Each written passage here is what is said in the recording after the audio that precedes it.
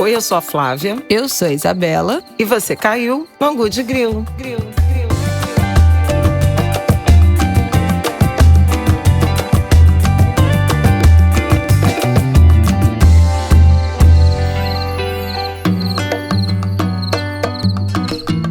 Oi, gente. Boa terça-feira pra vocês. Flávia, uma voz um pouco borocochô nessa nossa abertura, hein? Tô com o joelho doendo, gente. Vocês não sabem que horas a gente tá gravando isso.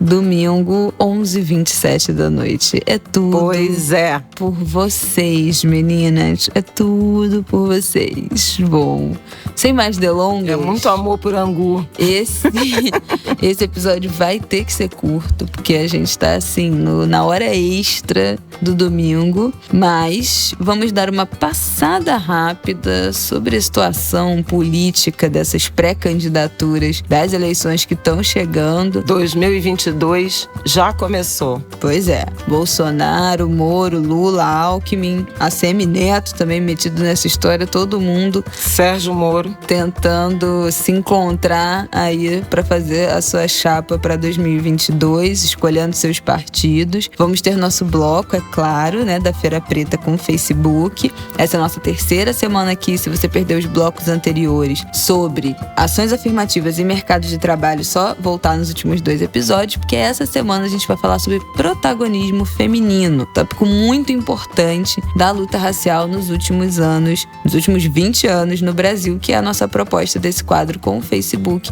e Feira Preta nesse mês de novembro. Estamos comemorando a 20ª edição da Feira Preta e aqui no Angu de Grilo elencando 20 acontecimentos, temas, eventos mais importantes que aconteceram para a luta racial no Brasil nos últimos 20 anos. Essa semana nosso eixo temático é protagonismo feminino. A gente vai falar de 2 tópicos aqui no Angu, que são o feminismo negro e o aumento da autonomia profissional e financeira das mulheres negras no Brasil nos últimos 20 anos. E também vão ter mais 3 pílulazinhas de conteúdo no Instagram lá do Angu de Grilo na quarta, quinta e sexta. Se você estiver ouvindo isso aqui agora, abre aí seu Instagram, @Angu de Grilo, vai lá, curte, comenta nossas pílulas. Esse formato que a gente resolveu fazer com o Facebook foi uma aposta, né, de tentar aí fazer essas 2 plataformas. Então é importante que a gente tenha os comentários de vocês, as curtidas de vocês, pra galera ver que a audiência do Angu de Grilo é uma audiência engajada e comprometida, né, com a pauta racial. Isso a gente sabe que vocês são, então vai lá deixar um comentáriozinho nas nossas pílulas que já saíram lá no Instagram, tá bom? Faz esse favorzinho aqui pra esses angulers. E pra fechar, vamos falar do dia, né, da consciência negra, esse 1 ano aí daquele grande movimento Black Lives Matter, na véspera, né, do 20 de novembro que aconteceu, a morte no Carrefour. Na noite de 19 de novembro, seria um 20 de novembro muito simbólico, porque era um pouco a consolidação de meses de campanha Black Lives Matter, e a gente acabou só comentando o assassinato do Beto. Exatamente, foi um péssimo 20 de novembro, vamos comentar isso mais lá na frente. E esse ano aí, depois disso, né, o que aconteceu? Onde chegamos, para onde vamos? Bom, vamos lá. Flávia, tem uma história aí de que Alckmin vem como vice do Lula. Eu ouvi. Vem cá, antes de entrar no noticiário político, eu queria falar desse domingo no Rio de Janeiro, que voltou a fazer sol.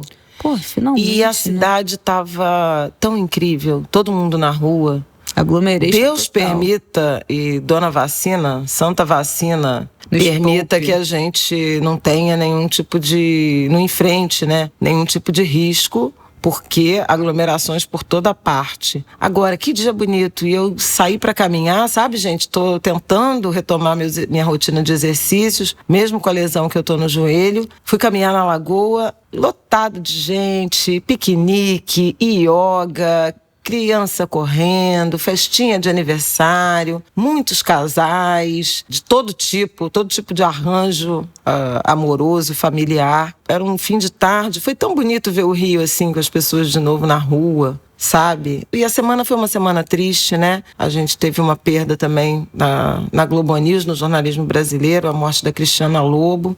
Ver um pouco da vida sendo retomada me aqueceu um tantinho do coração. a vida já voltou, né? Mas é porque aqui no Rio, outubro só fez sol, acho que 4 dias, né? 5 dias de outubro. Choveu outubro inteiro. Novembro também choveu inteiro, né? Só fez... E frio, né? Fazendo 20 e poucos graus. Os últimos dias aqui fizeram, frio para os nossos parâmetros. É que são 2 cariocas. Ninguém se mete aqui na nossa temperatura, no nosso termostato. Não, hoje eu acordei e tinha um sol na sala. Não lembrava da última vez que eu vi a minha sala clara, a sala de casa. E a galera tava indo pra rua mesmo com chuva, mesmo com frio. Semana passada tentei ir na Casa Porto, tava chovendo, lotado, o Bafo da Praia lotado, as pessoas sentadas de guarda-sol, pegando chuva no pé, mas tipo assim, querendo sair de casa de qualquer jeito. Galera inimiga do fim total, querendo viver qualquer coisa fora de casa. Mas hoje realmente foi um dia bonito. Que bom, né? Tamo aí, gente, voltando aos poucos, alguns já voltando em força total, mas reencontrando, né, as pessoas e os lugares, principalmente, que a gente sentiu tanta falta nesse ano. Podemos? Podemos. Política. Bloco da política. Como é que é isso, Flavel? Vai ter Lula? Como é que é isso, eu não sei. Mas com Alckmin de vice? Não se fala em outra coisa. Caiu a internet. A semana foi muito na direção de uma campanha, de uma corrida 2022, que está aberta, na verdade. Ainda o ex-presidente Lula na frente, liderando as pesquisas, com 41, 42, 43, 44% de intenção de voto, qualquer que seja o arranjo em termos de candidatura, mas a última notícia é de que há uma aproximação, um diálogo para que Geraldo Alckmin seja o vice da chapa com o PT. Que é curioso, porque eles foram adversários, né? Geraldo Alckmin. Mas não é aqui que pediram uma frente ampla? Pois é. Mas veja, isso é uma coisa importante de esclarecer. O Geraldo Alckmin não seria candidato a vice de Lula pelo PSDB. Ele está saindo do PSDB. O PSDB foi praticamente dominado por João Dória, o governador de São Paulo, que é candidatíssimo a presidente da República e que vai disputar as prévias tucanas, que também acontecem no domingo que vem. Domingo agora, né? Domingo 21. Tem algum risco de não ganhar? Tem uma disputa entre João Dória, Eduardo Leite, governador do Rio Grande do Sul, e Arthur Vigílio. O que se diz nos bastidores é que o Dória é meio favorito. Mas, enfim, os tucanos vão escolher seu candidato. Eu até brinquei que parece escolha de samba. A pancadaria geral dos concorrentes se atacando. Não tem final, mas tem uns debates, né? Teve um debate no Globo, teve um debate no Estadão na semana que passou. E eles estão se estapeando. Mas, depois da disputa, conhecido o vencedor, o partido tem que se unir. Todo mundo vai ter que cantar o samba do Dória, ou do Leite, ou do Arthur Vigílio. Eles que lutem. Não tem muita chance. Então, essa é uma questão. O Alckmin sairia do PSDB e se filiaria ou ao PSB de bola ou ao PSD de dado. PSB de bola é o partido do Alessandro Molon aqui no Rio, mas tem uma presença fortíssima no Nordeste, principalmente em Pernambuco, né? E o PSD, a gente já falou aqui sobre ele, do Gilberto Kassab, ex-prefeito de São Paulo, Rodrigo Pacheco, presidente do Senado, que está entrando, Eduardo Paes, que aqui no Rio migrou depois da briga de Rodrigo Maia, né, com a Semineto no DEM. Eduardo Paes saiu do PSD, o Rodrigo Maia ou vai para... O PSD, então, tá aglutinando a galera da direita que fica sem partido. Que brigou com... Que vai brigando dentro de seus partidos, vai todo mundo indo pro PSD. Muita gente do DEM, né, que está indo para o PSD, está formando ali digamos assim, uma direita esclarecida, porque o que a gente chama de centrão é um movimento político mais fisiológico. Quer dizer que outros não sejam. Mas essa galera PP, PL, tem notas daquele conservadorismo de moral religiosa. É outro estilo. É o estilo Arthur Lira, essa é aquela Valdemar da Costa Neto. Oportunista quer cargo. É isso. Quer verba. É esse o babado do centrão. Então, Geraldo Alckmin estaria decidindo para que partido... Até o DEM está no escopo dele. O DEM que vai fundir com o PSL, vai virar a União Brasil. Com o PSL? Ex-Bolsonaro. Meu Deus do céu. aconteceu. Isso já foi anunciado. Mas é por isso que a CM Neto tá nessa... É um que vai sair também, né? Ou não? Não, agarrado, ele é dono do DEM, ele tá costurando isso. Por isso o Rodrigo Maia saiu e... Não. O Rodrigo Maia foi expulso, Eduardo Paes saiu, enfim, muita gente está saindo do DEM em razão disso. O DEM também tem o Mandetta, né? O ex-ministro, que está conversando com o Moro.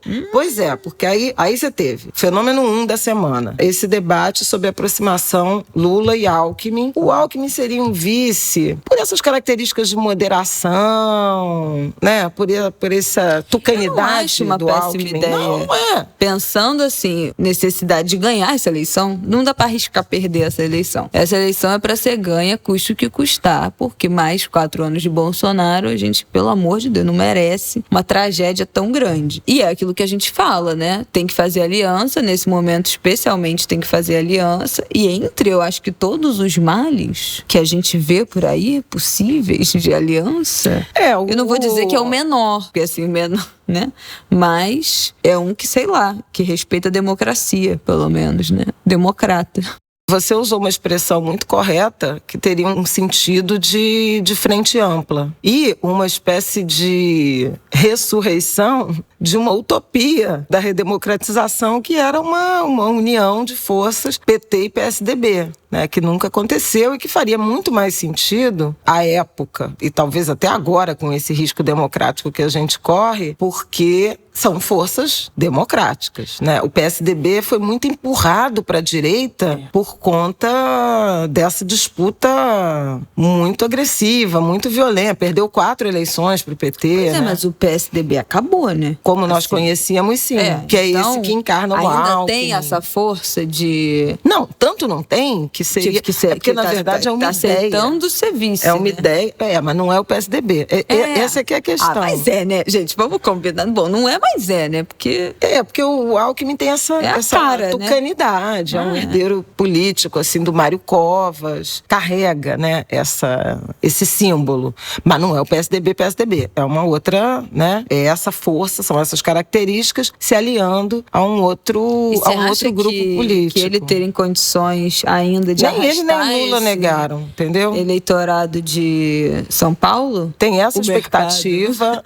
O mercado. Tem essa expectativa de acalmar, né? E construir uma simpatia, ou ao menos reduzir a aversão ao Lula pelo mercado. Sim, pois é. E também uma tentativa de sensibilizar, atrair um eleitorado paulista, né? Principalmente paulista do interior, porque o Alckmin tinha muita penetração, né, no interior de São Paulo. Ele foi um governador eleito, reeleito, com muita força no interior de São Paulo. Depois o PSDB acabou tomado pelo Dória e esse grupo, que é mais bolsonarista, né? Mais conservador, assim. É uma doutrina mais conservadora do que progressista. Mais centro-direita ou direita do que centro.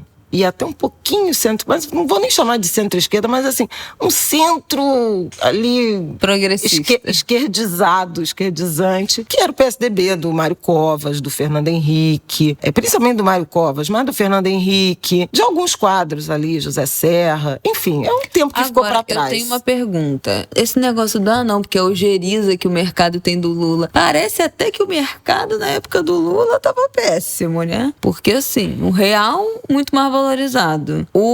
Mas o mercado, a música para os ouvidos do mercado...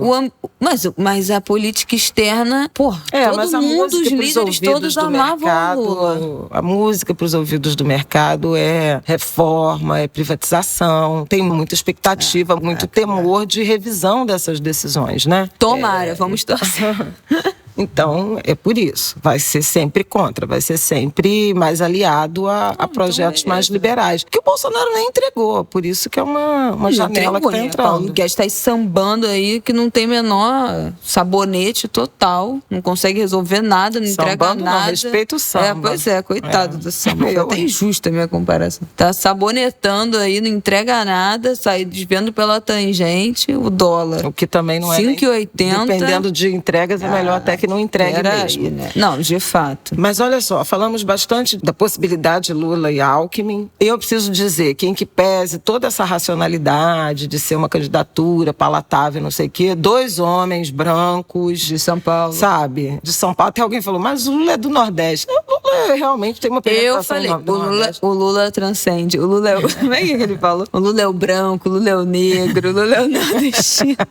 O Lula é tudo. Eu fico um pouco assim... Eu tô muito desapontada com o que se apresenta como sucessão tem nada de a novo, Bolsonaro. né, gente? Não tem nada de novo. A gente está trazendo Geraldo Alckmin, a gente está trazendo Lula. Não tem uma mulher, não tem um negro, não tem... Sabe? Não tem. Eu acho muito frustrante a gente continuar discutindo, sei lá, há 25 anos os mesmos nomes, mas seguimos. Outro eixo foi a filiação que seria, e já não mais será, do Bolsonaro ao PL, Partido Liberal, do Valdemar Costa Neto, que já foi preso, envolvido em vários escândalos políticos, Centrão em seu esplendor. Havia essa perspectiva de o Bolsonaro se filiar ao PL para encabeçar a chapa, e o PP, que é outro partido do Centrão, partido de Arthur Lira, indicar o candidato a vice. Ele foi muito criticado, essa notícia chegou a ser anunciada que a filiação seria assinada no dia 22 de novembro, e nesse domingo o Valdemar Costa Neto avisou que foi adiada por tempo indeterminado. Jesus.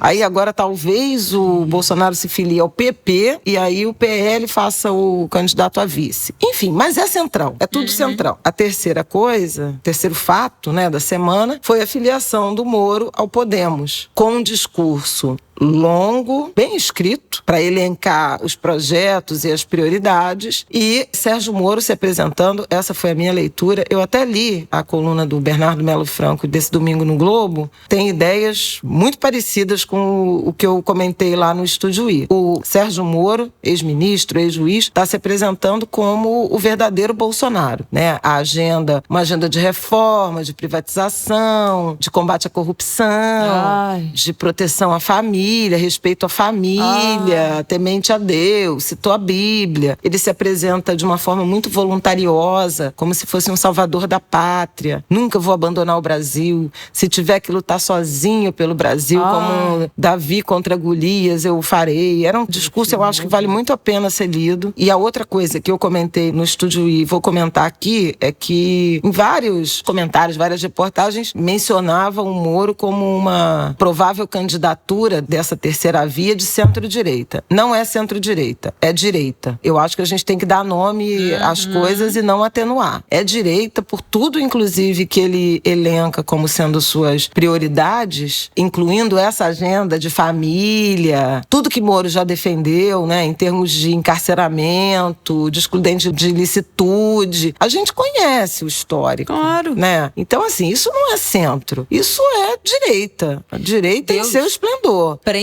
Bom, vou nem entrar nesse mérito. Não, afora a outra questão, enfim. Mas ele aparece, sim. Ele aparece como uma força política, como um potencial candidato. Não falou assim, eu sou candidato, mas tá tudo ali. Quem quiser ver, já sabe. O Bolsonaro já o atacou, sentiu o golpe. O Moro aparece ali atrás do... Bom, Lula, Bolsonaro, né? São os candidatos que estão à frente, né, nas pesquisas. Mas o Moro apareceu nas pesquisas que foram divulgadas na semana passada em terceiro lugar, empatado com Ciro, assim, com entre 7% e 8% dos votos. Então, já se destaca na comparação Dória com Eduardo Leite, com outros nomes que estão aparecendo há bastante tempo no leque, né, de candidaturas. Ele está numa posição mais privilegiada. Tem leitura de vários analistas de que ele vai tirar votos do Bolsonaro, embora ele tenha muita rejeição, tanto de petistas, obviamente, quanto de bolsonaristas, né?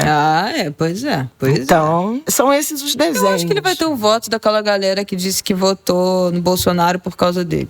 Do herói, da corrupção. Que, assim, tem uma leitura de que 3 pessoas próximas. O Deltan Dallagnol, que também largou o Ministério Público Federal e vai se candidatar, né, dizendo que vai para o Congresso para levar adiante a agenda de combate à corrupção e tal, também seria um aliado de Sérgio Moro, e ele tem uma força muito grande nas igrejas evangélicas, né? Porque ele é um evangélico muito aguerrido. Então você vê assim uma formação quase um bolsonarismo sem o Bolsonaro. É um pouco esse o perfil dessa candidatura. Mas tudo isso, como diz a minha querida Andréa Sadi, tudo isso para dizer que 2022 já começou, né? Pois é, galera, apertem os cintos, regularizem a situação eleitoral, como eu já disse aqui dezenas de vezes, porque o negócio não vai ser bolinho. E vamos ver o que vem por aí. Eu não preciso nem dizer o que eu acho disso tudo, porque vocês já sabem exatamente tudo que eu penso sobre isso e em quem eu vou votar. Mas é isso. Lembrem-se de regularizar a situação. Chama, manda mensagem pros amigos, pra galera. Oi, seu título de eleitor já transferiu, tá tudo certo. Porque vamos precisar de todo mundo. Mais 4 anos desse inferno não dá. Vamos para o nosso próximo tópico? Vamos. Bom, vamos lá para o nosso bloco com Feira Preta e Facebook. Essa semana, como eu falei, a gente vai falar de protagonismo feminino. Então, esse é o tema desse nosso bloco aqui e também das pílulas que vão sair no Angu na quarta, na quinta e na sexta. Vamos começar aqui falando de feminismo negro. A gente pode dizer com certeza que o feminismo negro praticamente entrou na moda, né, nos últimos anos. As mulheres negras popularizaram esse movimento feminista negro nas redes sociais e entre as novas gerações, junto com aquele boom do feminismo que rolou ali entre 2014 e 2016, também surgiu, se popularizou o movimento do feminismo negro, que não é novo, gente. Já é muito antigo, não tem nada de novo nisso, muito pelo contrário. Mas foi ali, quando teve aquela onda que alguns chamam de a quarta onda, né, do feminismo, que cresceu essa necessidade da gente diferenciar o que era esse movimento pensado por mulheres brancas e esse movimento pensado por mulheres negras para mulheres negras. Qual é a diferenciação? Não é a mesma coisa e tem uma percepção, uma sensação muito forte de que esse feminismo tradicional, liberal, né, não inclui as pautas raciais e não inclui mesmo. Vocês sabem que aqui a gente fala disso muito abertamente. Mais um apagamento, né, racial que é fruto do racismo. Você quer falar, Flávia, um pouco de quando você se deparou com este tema, quando você conheceu o feminismo negro? Eu queria, na verdade, 2 panoramas seus. Quando você se deparou com a teoria e ter vivido isso na prática desde sempre. Pois né? Porque eu acho que a formulação teórica, né, conceitual, ela é decorrente de uma observação muito perspicaz, muito inteligente da realidade das mulheres negras. No Brasil, em particular, mas também nos Estados Unidos, você tem a formulação de pensamento com Angela Davis, com Bell Hooks, com Patrícia Hill Collins. Ela fala exatamente isso, né? Que muita gente critica falando que o feminismo negro é uma vertente do feminismo liberal, surgiu a partir do movimento feminista de mulheres brancas, né, das sufragistas, e ela fala, não tem nada disso. O feminismo negro foi denominado a partir de tudo que as nossas ancestrais, né, na época, escravizadas, faziam como forma de resistência e sobrevivência. Aquilo era feminismo negro. Então é uma denominação que surge depois para dar nome a atitudes e a movimentos, inclusive movimentos organizados de mulheres, né, de resistência feminina negra, que já existia muito antes. Então é importante dizer isso, que o feminismo negro não se compreende e não se coloca na história como uma derivação do feminismo liberal ou o movimento das sufragistas, nada disso, muito pelo contrário. E na prática veio muito antes disso, né, porque a gente fala aqui, enquanto as mulheres negras sempre trabalhavam esse negócio de direito ao trabalho. Direito ao trabalho. São agendas que, em alguma medida, não se encontram e, em outras, inclusive, envolvem subordinação de mulheres negras, né, por mulheres brancas. Mas é que você mencionou a Patrícia Hill Collins e falei das americanas, né? Temos que lembrar da Sojourner Truth, de 1851, né? O discurso "E eu não sou uma mulher". Era um encontro sobre direitos das mulheres e, basicamente, em debate estavam os direitos políticos, sociais, econômicos de mulheres brancas, né? Sim. E ela se levanta para fazer essa fala. Isso 1851. E era uma tensão porque os homens, né, só os homens que votavam, os homens brancos e negros, e as mulheres brancas estavam pleiteando o direito das mulheres a voto, mas o direito das mulheres brancas e não o direito das mulheres negras. Não o direito das mulheres. Exatamente. E como mulheres, eram mulheres brancas. Isso é curioso, porque porque tem a ver também com o Eu Não Sou Seu Negro, né? É isso, a ideia de mulher remete, ou como a ideia de homem, remete a um padrão de normalidade que segue uma construção racial, né? De divisão racial. Então, uma mulher negra é uma mulher negra, uma mulher é uma mulher branca. Me lembro muito também do filme, do documentário Eu Não Sou Seu Negro, que traz o Baldwin. Vale a pena até botar esse link, né, com a indicação, embora não seja sobre feminismo negro, mas é esse debate, né, sobre a racialização e o quanto outros grupos estão excluídos. E a Sojourner Truth, ela faz exatamente essa indagação. E eu não sou uma mulher porque não mereço esses direitos? Então veja que essa tensão já existia a partir da luta por direitos, a partir da oralidade, e esse elenco aí de feministas negras, como a gente chama, identifica isso. Olha, peraí, não é a mesma coisa. A gente sempre trabalhou, a gente sempre cuidou das nossas famílias, chefiou famílias. Então tinha um debate sobre autonomia, independência, inserção no mercado de trabalho, acesso à escolaridade, que não combinava com a vida real das mulheres brancas. Os direitos políticos, que também não eram compartilhados pelos negros. Isabela me perguntou, quando é que você encontra o conceito e quando é que você experimenta? Eu sempre experimentei, eu sou uma filha do feminismo negro, né? A minha mãe é uma mulher que saiu da Bahia, que veio para o Rio de Janeiro trabalhar. Mesmo na Bahia, ela já trabalhava, ela era independente, ela ajudava a família. Isso nos Foi a anos última. Ela veio para o Rio de Janeiro em 1960. Então, assim, nos anos 50 do século XX, minha mãe já era uma mulher que trabalhava em Cachoeira, depois em Salvador. E sempre, assim, sustentou a casa, sempre foi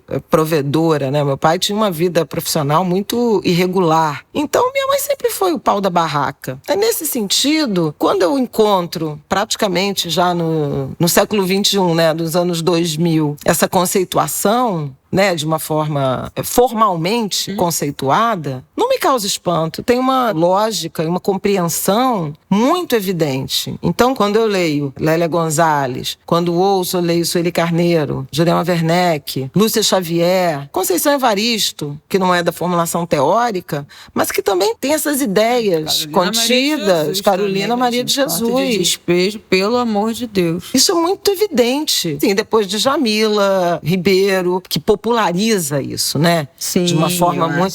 Aí de Jamila Ribeiro, aí Giovana Xavier, aí a Catiúcia Ribeiro, a Carla Cotirene, cada uma no seu eixo, a Cidinha Silva. Sim. Você tem várias dessas mulheres, dessas pensadoras, popularizando e nos aproximando, se aproximando principalmente das jovens. Que aí é uma coisa assim, a Isabela já aprendeu na universidade, já foi apresentada, confrontada com essa linha de pensamento teórico que não existia na minha época de universidade. Não, com certeza. Isso, na verdade, começou no meu último ano do ensino médio, em grupo de Facebook. Caí, assim, num grupo de Facebook de feminismo negro. Eu acho que tinha esse nome, era Feminismo Negro Brasil, o nome do grupo. E ali que eu fui dando com um monte de termo, assim, que eu nunca tinha ouvido falar. Hipersexualização, colorismo, umas coisas assim que eu ficava, gente, eu nunca ouvi isso na minha vida, mesmo fazendo parte de uma realidade de acesso à educação e de intelectualidade, né, na família. A questão racial nunca foi um não assunto, sempre foi algo dito na nossa casa. Mas essas terminologias, esses conceitos fechados, essas coisas, pra mim tudo aquilo foi muito novo. E na faculdade, cheguei na faculdade sabendo um pouco disso, de alguns meses em grupo de Facebook, e encontrei uma galera que era muito politizada. Algumas pessoas que entraram comigo, né, Vitória Régia, minha amiga, que já tinha uma outra bagagem, assim, muito mais avançada dentro desses temas, né, dessa temática racial de mulheres negras, e que foi imprescindível, né, todas as nossas conversas, tudo que eu aprendi, assim, com a Vitória e com outras mulheres também, né, na disciplina Intelectuais Negras, né, da Giovana Xavier, que eu fui da primeira turma dessa disciplina na faculdade de educação, peguei como uma eletiva. Eu já cheguei cheguei, né, no início da faculdade, muito confrontada com isso, e em 2014, no momento de acirramento de tensão no Brasil, louco, né, naquela eleição, Dilma e Aécio, que foi o começo do fim, eu diria. Uma polarização absoluta, né, naquela eleição, muita treta no Facebook por conta daquilo, e já mergulhei nisso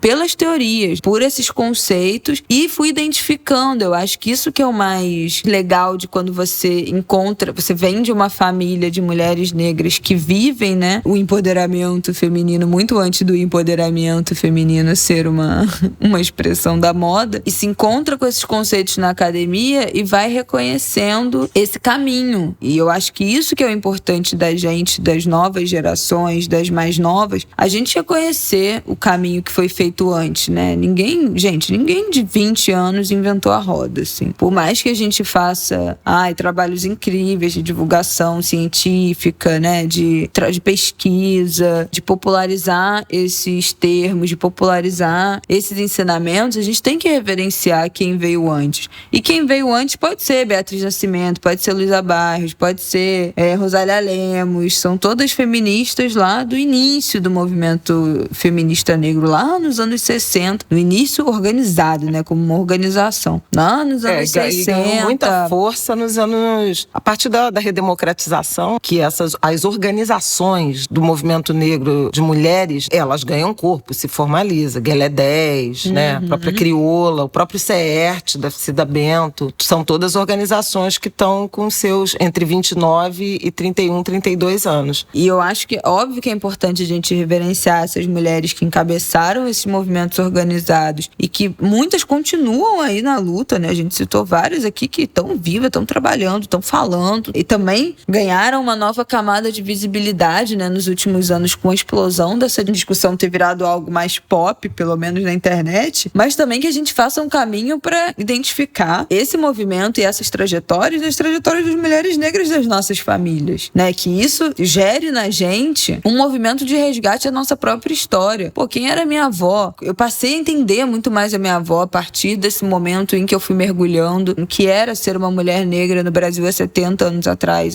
há 60, 50 anos atrás. Então isso faz com que a gente crie uma relação de mais compreensão, de mais proximidade, né? De mais admiração também. Então, que isso faça a gente enxergar como mulheres negras que passaram pela nossa vida sofriam abusos, como eram de realidades tão sofridas, para que a gente não repita esses padrões, para que a gente identifique esses ciclos de violência, esses ciclos de abuso, que a gente, como juventude, que está tendo acesso, né, a essas informações, vocês que estão ouvindo a gente aqui, a gente já citou vários nomes que vão chegar a essas mulheres negras que estão fazendo trabalhos incríveis de aglutinar esse conhecimento, de pesquisa, né, de revirar essas mais velhas que vieram antes e foram as precursoras de formalizar esses conhecimentos, inclusive no ambiente acadêmico, que a gente consiga traçar uma relação disso com a história do Brasil. Nada tá avulso, tudo tem um contexto. Então, é importante que a gente consiga encaixar tudo isso que a gente fala dentro da realidade que a gente ainda vive, porque o movimento feminista negro e o movimento de mulheres negras ainda é extremamente necessário, porque ainda falta muita coisa para alcançar. Nos últimos 20 anos a gente chegou em um outro patamar aí de autonomia financeira e profissional, muito impulsionado por essas políticas públicas de acesso à educação, que a gente já falou aqui sobre as ações afirmativas, também os programas de transferência de renda como o Bolsa Família, que direcionam, né, os benefícios para as mulheres, uma decisão político-social, social-econômico, de direcionar esse dinheiro na mão das mulheres,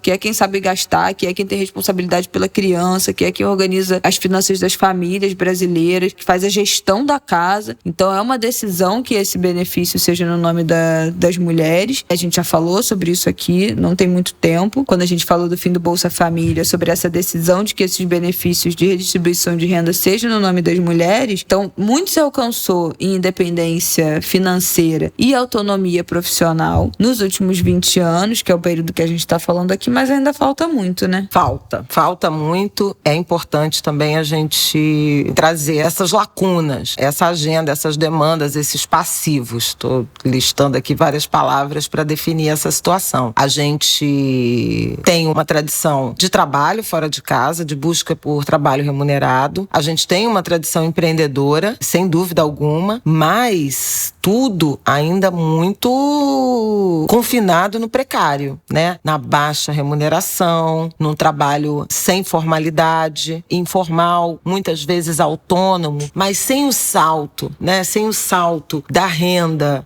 do trabalho formal. Na semana passada a gente falou um pouco disso, né? Dessas distâncias, sem a perspectiva de uma empreendedora autônoma se tornar uma empregadora formal, que é o salto mesmo, de você virar empresário e gerar trabalho de qualidade. A gente ainda tem muitas mulheres negras empreendedoras que trabalham e tiram seu rendimento, seu sustento de uma rede quase familiar, né? Filhos que ajudam, mãe, irmãs. Nas estatísticas, a gente vai chamar de trabalho auxiliar em negócios familiares, que é trabalho que eventualmente traz alguma renda, seja individual, seja familiar, mas que não é o trabalho que permite uma carteira assinada, né? Contagem de tempo para aposentadoria. Muitas vezes não envolve uma formação escolar regular, que também está relacionada com vagas, com postos de trabalho de maior remuneração e de mais formalização. Eu trouxe aqui, por exemplo, o dossiê que a ONG Crioula divulgou em 1º de outubro, o dossiê Mulher, com muitas informações sobre indicadores sociais, depoimentos também de mulheres. É um trabalho muito bonito que Crioula desenvolveu, falando das várias agendas e demandas da população negra, mas principalmente das mulheres negras. E os dados são, assim, não tem o que discutir. A proporção de pessoas negras em situação de extrema pobreza e de pobreza muito maior do que de quem se autodeclara como branco. Por exemplo, extrema pobreza, né, que é uma medida do Banco Mundial, com renda de menos de $1,90 por dia. Os negros são 76% dessa população em extrema pobreza, sendo que mulheres negras são 39,8%, quer dizer, praticamente 4 em cada 10 brasileiros em situação de extrema pobreza, que é o que a gente chama de miséria e com risco de insegurança alimentar grave, são mulheres negras e suas famílias. Na pobreza, igualmente, também 38%, é um nível um pouco menos dramático, mas também 3 em cada 4 pessoas em situação de pobresa no Brasil são negros e negras, e praticamente 4 em 10 também mulheres negras. A gente vê em situação de insegurança alimentar grave também predominantemente pessoas negras, 74%. Uma dimensão da pobreza multidimensional, que é acesso à internet, acesso à tecnologia, também pessoas negras estão mais expostas, né, a esse apartheid, a essa dificuldade de acesso, a essa restrição de acesso à internet, pelo custo, pela dificuldade de ter os equipamentos. A gente já falou sobre isso aqui também. A taxa de desemprego das mulheres negras é muito maior que a média, quase 20%. Taxa de subutilização igualmente maior, e rendimento também. Mulheres negras, nesse relatório de Crioula, que toma por base a PNAD contínua do IBGE, para você ter uma ideia, a renda média no período de referência no Brasil era de 2.426, renda do trabalho. Mulheres negras, 1.573. Homens brancos, 3.484, quase R$3.500. Então você vê que ainda tem uma distância muito grande, em que pese a disponibilidade para o trabalho, em que pese a vocação empreendedora, a gente ainda tem uma dificuldade muito grande de acesso e de inserção nas vagas com maior formalidade e formalização e remuneração. O cenário continua muito ruim, muito desigual, mas teve melhora, né? O que faz a gente pensar como não era ainda muito pior antes, se melhorou tanto. Nesses últimos 20 anos, antes era a situação terrível, mas melhorou. Acho importante também a gente, quer dizer, claro que a gente tem que trazer os desafios, mas a própria série, né, as últimas semanas de encadeamento, a gente vê muito nitidamente que houve um aumento de protagonismo, um aumento de presença negra na classe média a partir da educação, né? Os especialistas chamam atenção para o fato de a maior revolução que aconteceu no Brasil no século XX foi o salto na escolaridade feminina. feminina. As mulheres nos anos 70, até os anos 70 do século XX, uma taxa de analfabetismo maior que a dos homens, uma taxa também de acesso a ensino médio, a educação superior, infinitamente menor que a dos homens. Quando a gente chega na virada do século XXI, taxa de analfabetismo das mulheres inferior, né, a dos homens, e anos de escolaridade superior ao dos homens. E isso também aconteceu com as mulheres negras. Bom, é visível quando a gente vê, por exemplo, dos temas que a gente já comentou, sobre acesso por cotas, sobre o estímulo, o acesso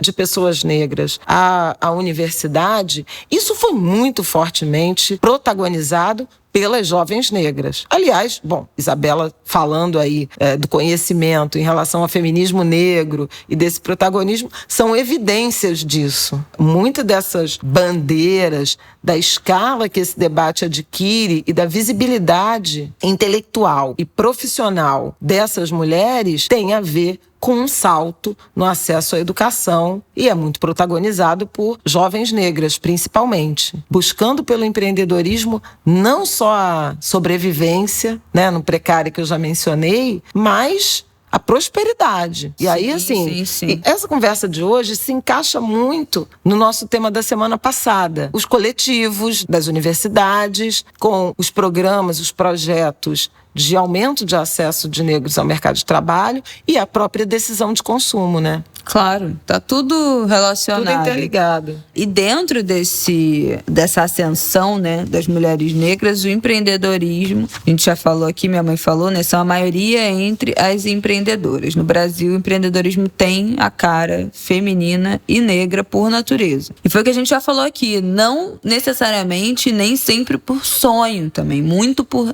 necessidade.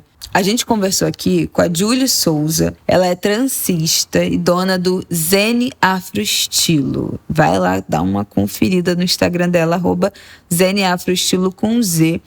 E ela tem uma história que passa por esse caminho do empreendedorismo, que não nasceu necessariamente do sonho, mas nasceu também como uma forma de enfrentamento de realidades de violência, de abuso, de desigualdade, né, de dependência, não só emocional, mas também financeira. E a Julie fala um pouco de como essa relação de você ter o próprio negócio, de você ter o próprio emprego, de você trabalhar, né, você ter o próprio trabalho, também pode libertar as mulheres. Vamos ouvir.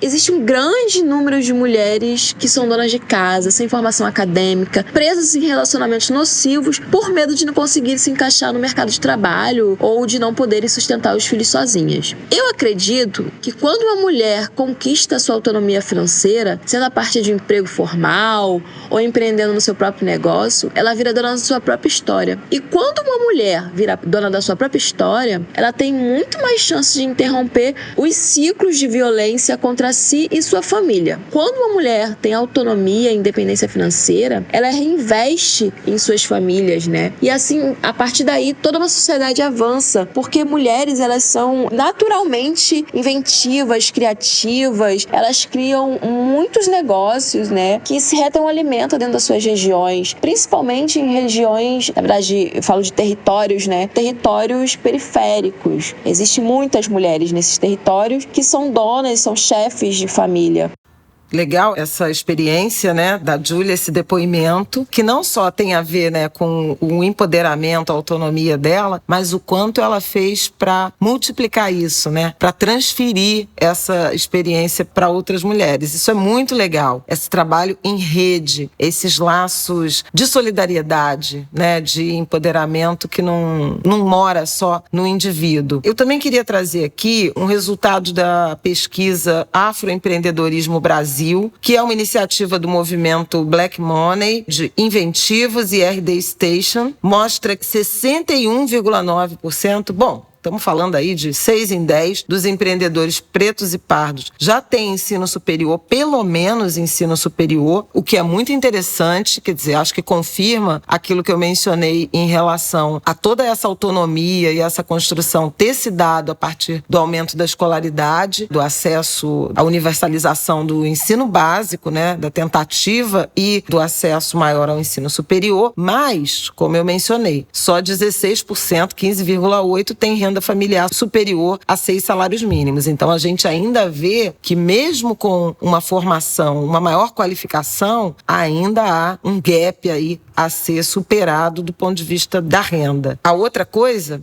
foi aquilo que eu comentei também. Essa pesquisa mostra um comentário que eu tinha feito em relação a ser autônomo, ou seja, trabalhar sozinho ou num arranjo familiar e gerar trabalho, gerar emprego, ser empregador. Isso muda completamente o patamar de remuneração, né, de um empreendedor. As micro e pequenas empresas com um só funcionário são 63% dos empreendimentos de pretos e pardos. Então, não chega nem a 0,01, é praticamente traço a proporção de negócios, de empreendimentos de pessoas negras que tem mais de 51 funcionários. Então, você vê que a gente ainda tem, embora vocacionado para autonomia, embora mais qualificado, a gente ainda tem o desafio de transformar trabalho autônomo em empresa formal e geradora de postos de trabalho e de renda com carteira assinada, por exemplo. Quais são os desafios que estão embutidos nisso? O primeiro, financeiro, acesso a crédito para viabilizar a expansão, para viabilizar a criação de uma estrutura, de uma empresa que retire a produção de dentro de casa. Acesso a mercados, que é isso que eu falo sempre aqui, que a Feira Preta proporciona, né? Porque você começa a criar essa rede de relacionamento e, obviamente, o eixo da qualificação, de saber, de ter as ferramentas, né, de criação, de gestão de um negócio, de planejamento, de organização, compreensão sobre regras tributárias. Tudo isso dá muito trabalho e exige algum conhecimento. Não é intuitivo, não pode ser. Por isso que política pública faz diferença. E isso vale, de modo geral, para empreendedores negros, mas vale em particular para as mulheres. Porque mulheres, de modo geral, estão mais alijadas desse processo de organização das empresas. Sendo mulheres negras, ainda mais. É isso, né? Acho que fechamos nosso bloco, que essa semana ficou imenso, mas esse assunto vocês sabem que dá muito pano pra manga aqui. Essa semana o nosso papo continua dentro desse eixo protagonismo feminino, também lá no nosso Instagram,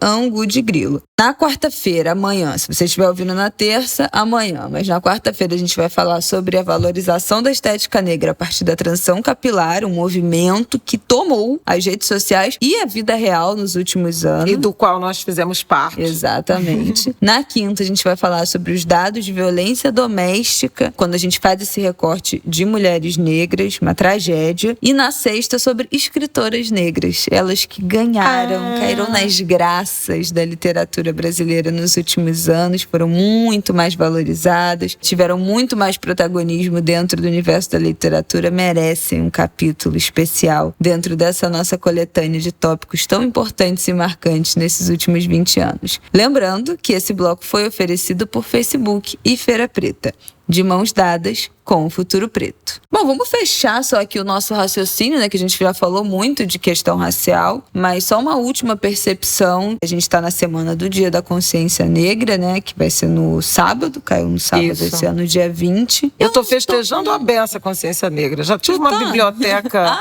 inaugurada com meu nome. Agora tem um auditório da Escola Municipal Embaixador Barros Hurtado, em Cordovil, também com meu nome, por uma educação antirracista. Fiquei muito emocionada. Foi uma cerimônia linda, que teve até samba da Beija-Flor. Engajados num grau. Maravilhoso, gente. Fazendo stories, depois contando como foi a inauguração. E eu caindo no samba, meu joelho se danou, mas valeu a pena. O fim de semana também vai ser intenso. Vou receber uma homenagem lá em Niterói, da vereadora Verônica Lima, medalha Marielle Franco. Tô super emocionada. Selminha me convidou para ser patrona da turma. Mentira, teatrinho de escola. Foi hoje que eu soube da peça que eles estão montando com as crianças da Beija-Flor sobre empretecer o pensamento. Gente, a coisa mais linda. Enfim. Muita agenda, tem sido, muita agenda, mas assim, muita coisa amorosa, muita coisa de exaltação. A gente começou o Angu falando, né? O quanto no ano passado, o 20 de novembro, acabou tragado pela dor do assassinato do João Alberto Freitas, lá no Carrefour, em Porto Alegre, né, por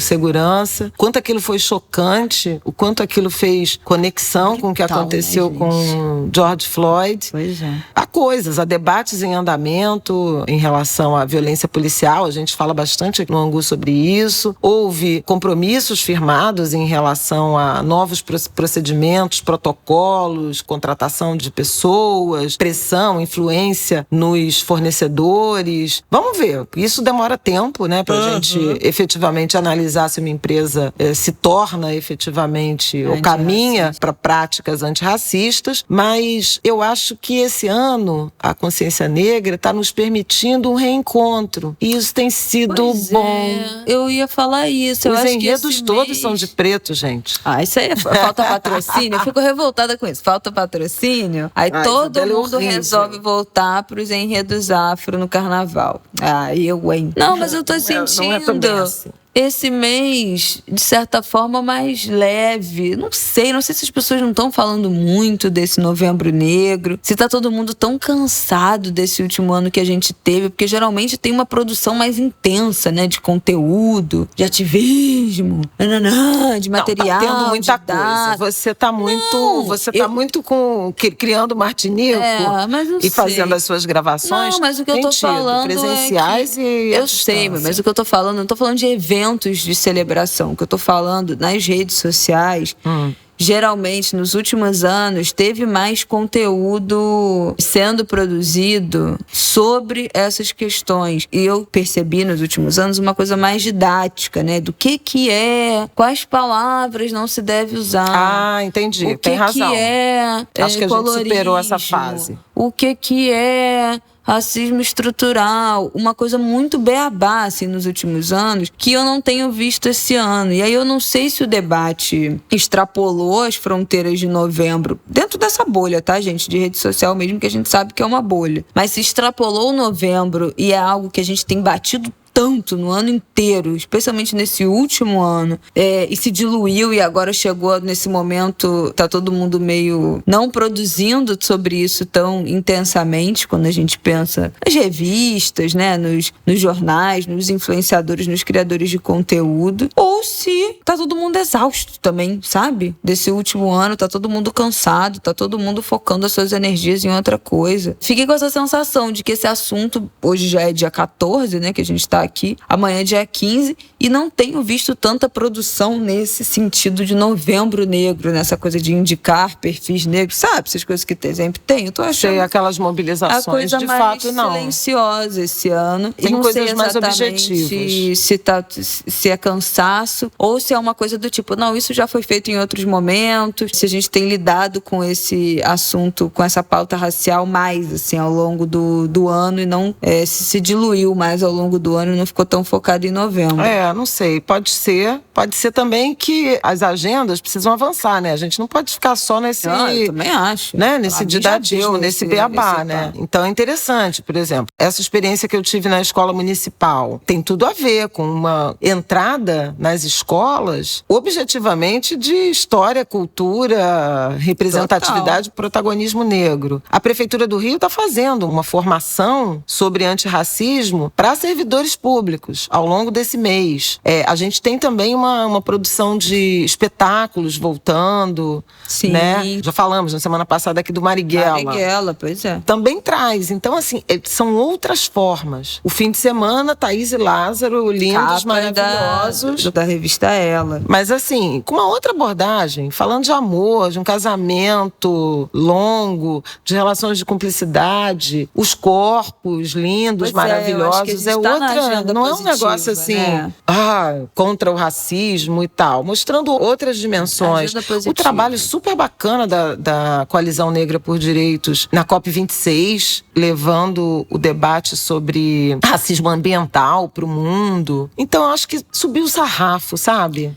pouco a sensação. Essa é a minha sensação de que o debate, o buraco tá mais embaixo, sabe? O que eu tenho visto de produção tá mais denso, são assuntos, são temas, são textos mais profundos, essa coisa superficial de novembro que vai sufocando a gente, né? Na rede social, tu abre e tem lá um post genérico sobre qualquer coisa. É isso que eu não tenho visto, me dá a sensação que as pessoas estão mais silenciosas, mas talvez sejam os criadores de conteúdo negros mais mergulhando em pautas mais profundas ao longo do ano e não tão focados nesse mês, o que eu acho ótimo. Também acho. Eu acho ótimo. Quanto mais a gente puder tirar o protagonismo só de novembro e diluir isso ao novembro e longo maio, do né? ano, Parece que só existe o racismo exatamente. debate racial em novembro e maio. E diluindo isso ao longo do ano, por mim eu acho ótimo. Foi só uma observação para falar dessa consciência negra e acho ótimo que a agenda esteja sendo positiva, de celebração, de reencontro, especialmente nesse momento, né, que a gente já está vivendo ali um fim de pandemia, não vou nem dizer um pós-pandemia, mas um fim ali de pandemia, nos encaminhando para os finalmente, se Deus quiser, os orixás permitirem, a vacina também, mas de muitos reencontros, as pessoas voltando pro samba, né, os sambas foram escolhidos, as rodas de samba voltando, os bares voltando. Hoje fui num restaurante, que é até um restaurante chique aqui do Rio, não sei o quê,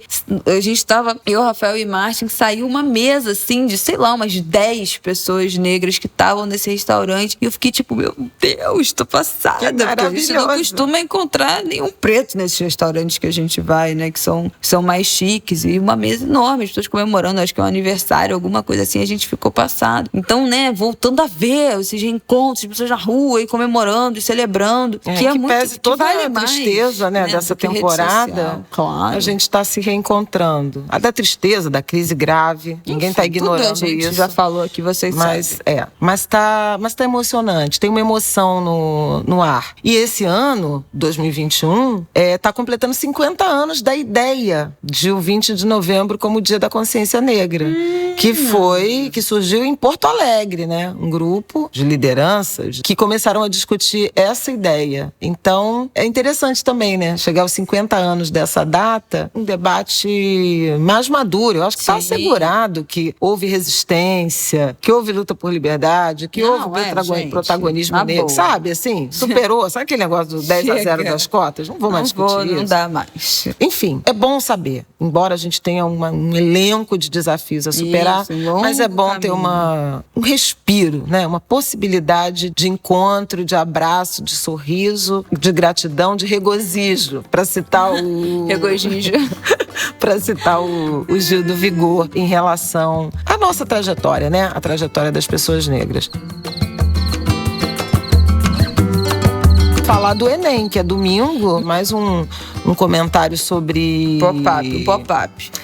Um comentário sobre um assunto que merece observação, que a gente vai precisar ficar atento. A primeira prova é nesse domingo, né, dia 21, e a segunda dia 28, e na semana que passou, 10 dias, 15 dias da prova, 37 servidores do INEP, que é o órgão federal, né, ligado ao Ministério da Educação responsável pela prova, pediram exoneração por denúncias de problemas no fluxo de trabalho, assédio moral, perseguição ideológica. É uma coisa horrorosa. Há muita preocupação em relação a isso. Não exatamente em relação a essa prova, porque pelo prazo é difícil que todo o processo, né, de distribuição, de produção e distribuição das provas desse ano já não tivesse sido iniciado. Mas o que pode acontecer daqui em diante? Como será essa substituição? Que providências serão tomadas em relação a essa gestão, com essas denúncias? Isso não é um fato isolado. A gente sabe, por exemplo, que o Sérgio Camargo da Fundação Palmares está proibido de exercer atividade de gestão, contratação, demissão de funcionários, tudo ligado a recursos humanos por denúncia de assédio moral. Então, assim, essa é uma marca, né, desse governo, da perseguição de quem supostamente pensa diferente. E isso está acontecendo no Ministério da Educação, num órgão vital do Ministério da Educação, porque administra, né, aplica não só o Enem, mas as outras provas de avaliação,